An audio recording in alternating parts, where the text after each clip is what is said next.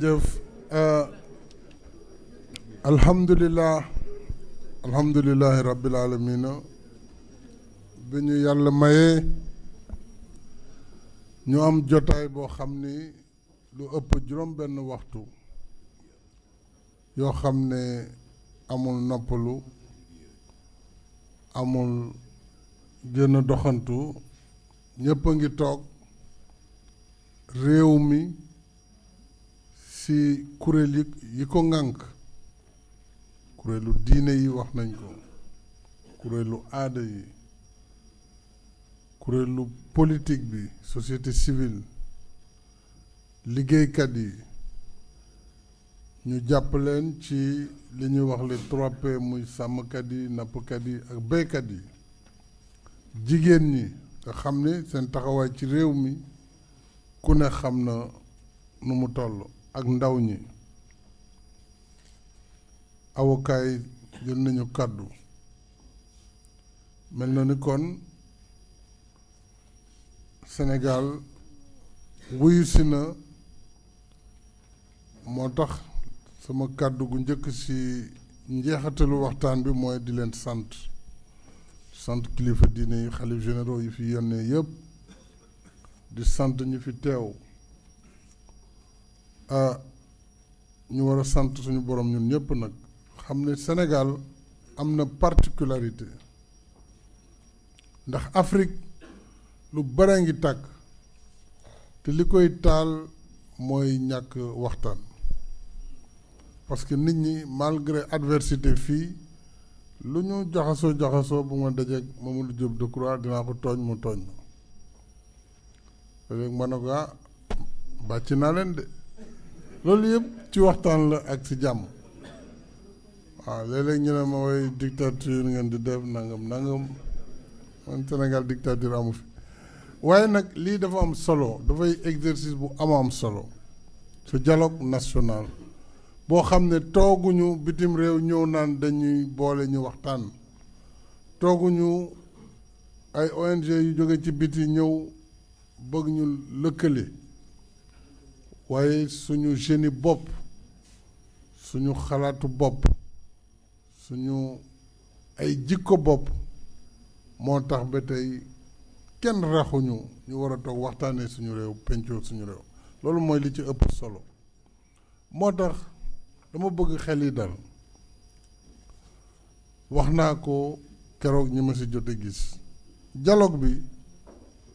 li ma ci namm dëgg-dëgg mooy ñu xool nu ñuy gën a avancer secteur bu ne tey ci waxtaan rawatina nag secteur politique bi processus électoral luñ ci mën a améliorer rek ñu améliorer ko parce que tam àdduna dañuy def des victoires pas à pas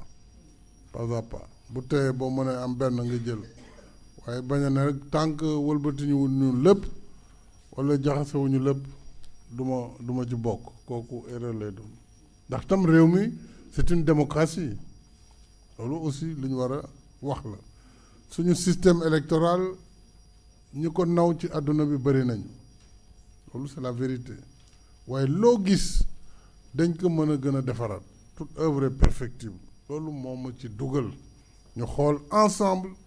nu ñuy jëlee mbir yi mu gën a jëm kanam ci wàllu koom-koom dafa am solo Sénégal tey ci kàttanu suñu borom mu ngi dugg ci phase bu bees muy un pays pétrolier et gazier te loolu am nañu ko fi wax fu mu am ci réew bu ñu farluwul jàmbur dana fa dugal jafe-jafe andi fa ay ngir xaajale waa réew ma noot leen nangu alal jafa feeñ loolu lu leer la donc dañu war a def attention waxtaanee exploitation boobu mu bañ a nekk rek ay wax sànni mais ñu xool dëgg-dëgg nu ñu war a def ba réew mi la ciy génn ñu yaatal ko séddale ko ci séddale bi gën a rafet moo tax COS Petrogaz bi nga xam ne kuréel la buy jàppale président rek ci ay xalaat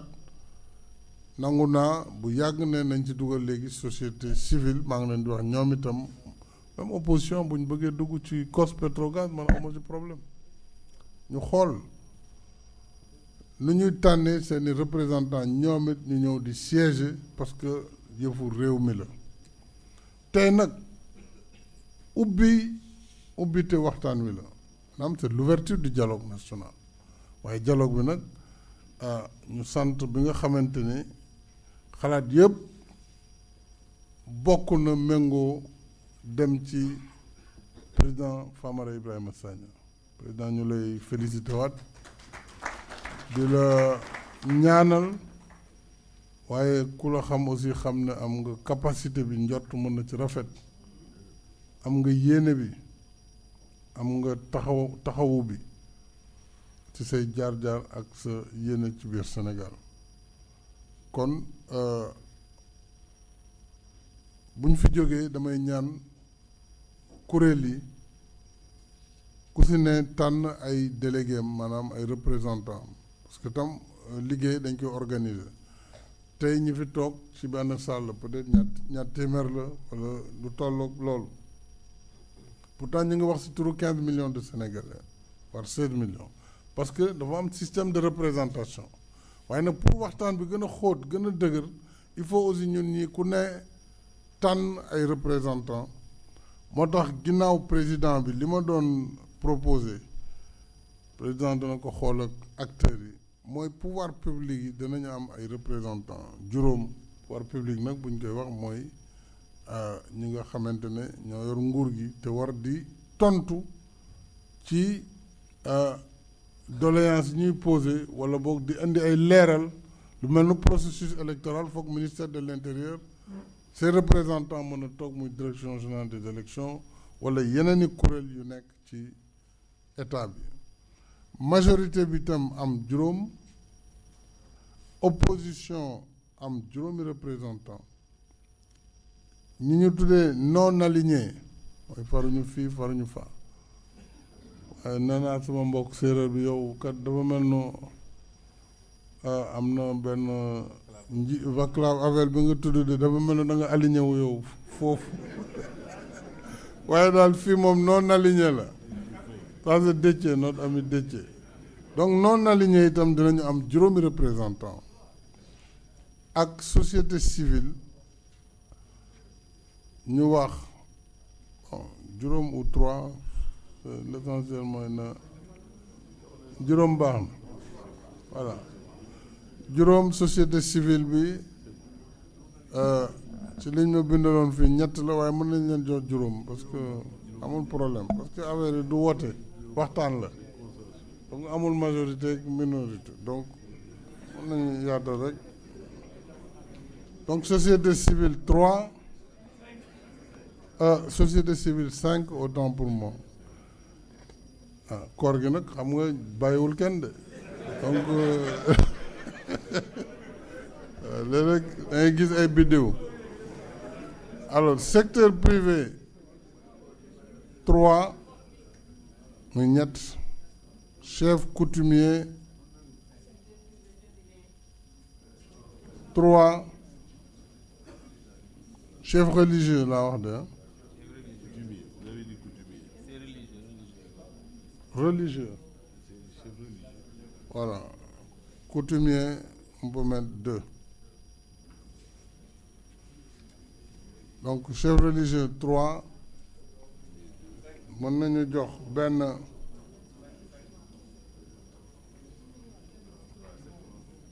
ñett baax na waaye sëñ bi terewul mën ngeen indi ay alimentation ay xalaat parce que xalaat yi ñu fi wax tey ak discours yi ni mu amee solo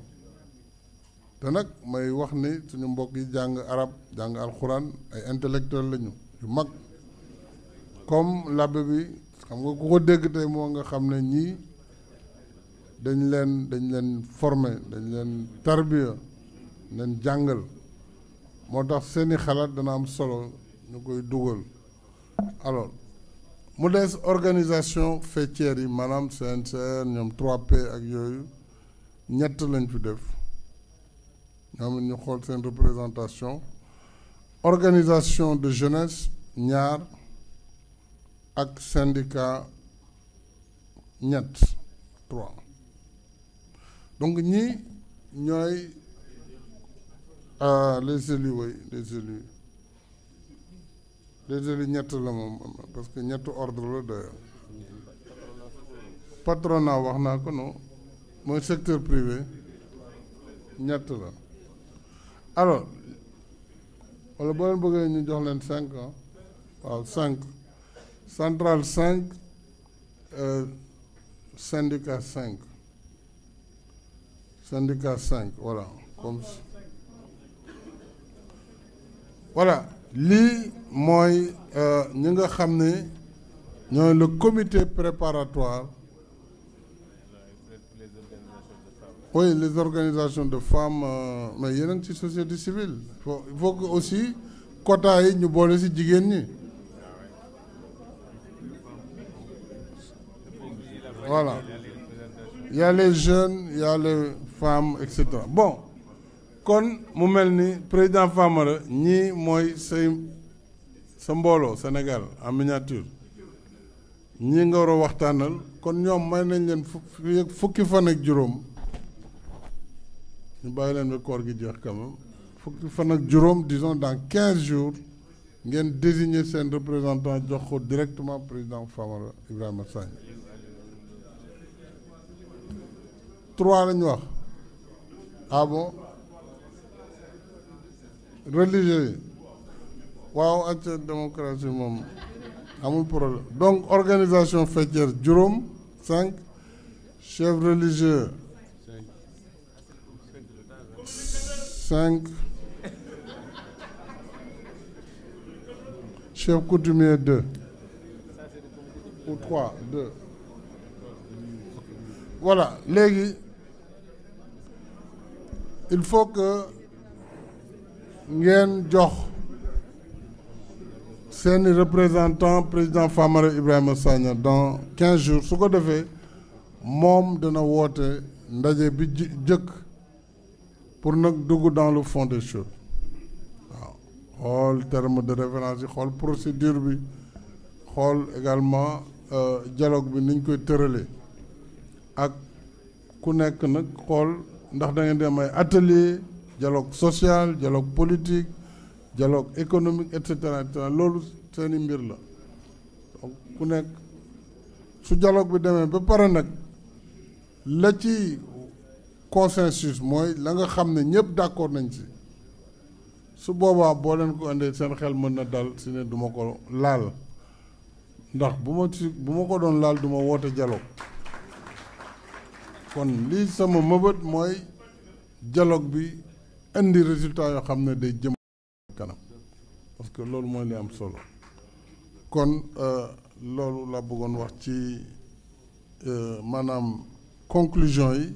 ginnaaw bu ma sant nag ñëpp sant sama benn naataango Issa Sall parce que wax dëgg yàlla bokkoon na ci juróom yi doon xëccoo réew mi te it ñëw na teew kon ñu koy sant ci loolu bu baax di sant aussi ñi nga xam ne bokk nañ ci opposition bi ñëw même bu fekkee teewuñu ce qu'il faut retenir enfin la fin de cette discussion c'est d'abord je voudrais saluer la présence massive et qualitative mais aussi saluer la valeur du débat auquel nous avons assisté ce jour. Un débat de haute facture, un débat démocratique, libre et ouvert, un débat intellectuel, un débat religieux. Et li gën a neex ci débat bi mooy tey une des questions de société, question de fond. Soxna Aïda Mbodj tudd na ko tey kilifa diine yi ñoom ñoo ci am position yu gën a révolutionnaire te wax nañu dëgg parce que mbirum xale yi maa ngi koy wax ministre de l'intérieur il faut que bu ñu korité ñu régler ko c'est-à-dire ñuy taxawaalu ci mbedd mi façon définitive dafa wutee nag ak di wax waxu ay taalibe yu jàng alxuraan ak ñoo xam ne aussi d'accord naa ci ne war nañu répertorier daara yi jàngale yor ay ndongo ñu jàppale leen loolu aussi état bi war na ci taxaw donc loolu lu am solo la et ce débat a permis aujourd'hui de voir quand même que nos chefs religieux sont aussi sur des positions d'avant-garde par rapport à ces questions. La question de la violence aussi et des viols dinañ ci def liñ ci war a def conseil des ministres certainement ëllëg dinañ ci waxtaan pour xool loi bi ci boppam xëy na nuñ koy war a mën a gën a resserrer ba en tout cas ñu gën a aar jigéen ñi ci biir réew mi aar leen ci seen àq ak seen yelleef alors bu loolu weesoo maa ngi rafetlu bu baax kàddu yi ñu fi yëkkati yëpp kàddu yu am solo la c'est des kàddu de progrès xam naa ne de croix moom c'est un Kayorien wolof bu mu wax rek am na lu mu ci laxas waaye dana baax ngeen saytu mais na seen xel dal dama bëgg confiance am pour que ñu liggéey pour le Sénégal man foofu laa toll nekkuma ci ay njuuj njaaj nekkuma ci ay parce que amatuma lu may njuuj njaaj fini y a plus d'enjeu pour moi donc le seul enjeu c'est le Sénégal donc loolu moo am solo ñu ànd liggéey pour faire avancer la démocratie et la moderniser donc je réaffirme ici mon ouverture, ma disponibilité et mon engagement sans réserve à accompagner cet exercice du dialogue national. Et encore une fois, lii wane na ne Sénégal modèle la ci Afrique modèle la ci àdduna bi c'est très important kon nag suñu diine suñu culture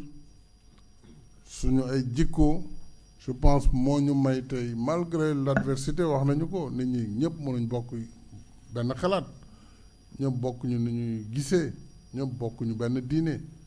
tolérance nag mooy nga nangu kii nekk loo ci loo nekkul roi du seuil ak représentant dégg nañ bu baax kàddu yi aussi kàddu yu rafet la te loolu mooy Sénégal donc si réew mi ngeen bokk te boo gisee ñu fexe ba dialogue bi bañ a nekk rek un dialogue entre hommes politiques parce que loolu day partiel bu boobaa mais ñu dugal ci koom-koom bi dugal ci syndicats yi dugal ci religieux yi ak coutumiers yi dugal ci jeunesse bi ak femmes yi loolu je pense que bu ñu ko doxalee ni mu waree sous la présidence de l'éminent président Famara Ibrahima Sagna j'attendrai en tout cas des conclusions qui ne vont pas déstabiliser le Sénégal naturellement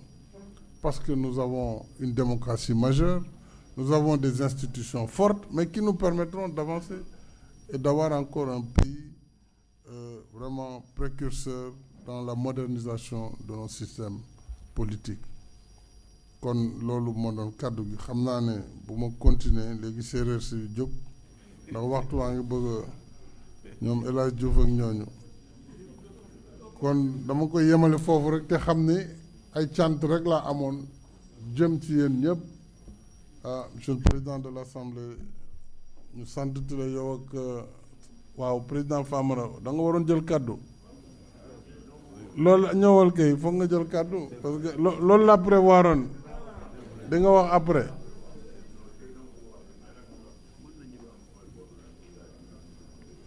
ci ministre de l'Intérieur waaw dana wax après moom il a voulu xam nga nag Famara est méthodique c'est l'ancienne école non moom affaire yi si yoon la koy teg donc nee na ñi war a joxe représentant voilà moom déjà nee na ministre de l'Intérieur mooy assurer secrétariat jarbaatam la c'est un grand ministre de l'Intérieur je vois ici plusieurs ministres de l'Intérieur d'ailleurs le général Niang bi nekk Sowét moo ma joxoon leng yi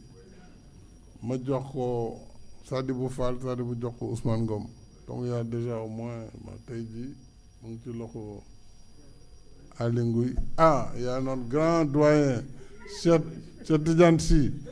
donc comme moom dooruñu woon liif moo ma jox récépissé waaye mu ne ma da ngay dindi étoiles yi parce que booba ñu ngi may créer étoiles yi mais nag j'ai pas remis les étoiles dama mujj gedd étoile yi voilà donc vraiment maa ngi sant ñëpp di gërëm ñëpp alors di leen jox rendez-vous certainement à l'issue du dialogue j'espère et puis nous nous verrons de temps à autre au besoin et peut-être le grand Serigne peut faire la prière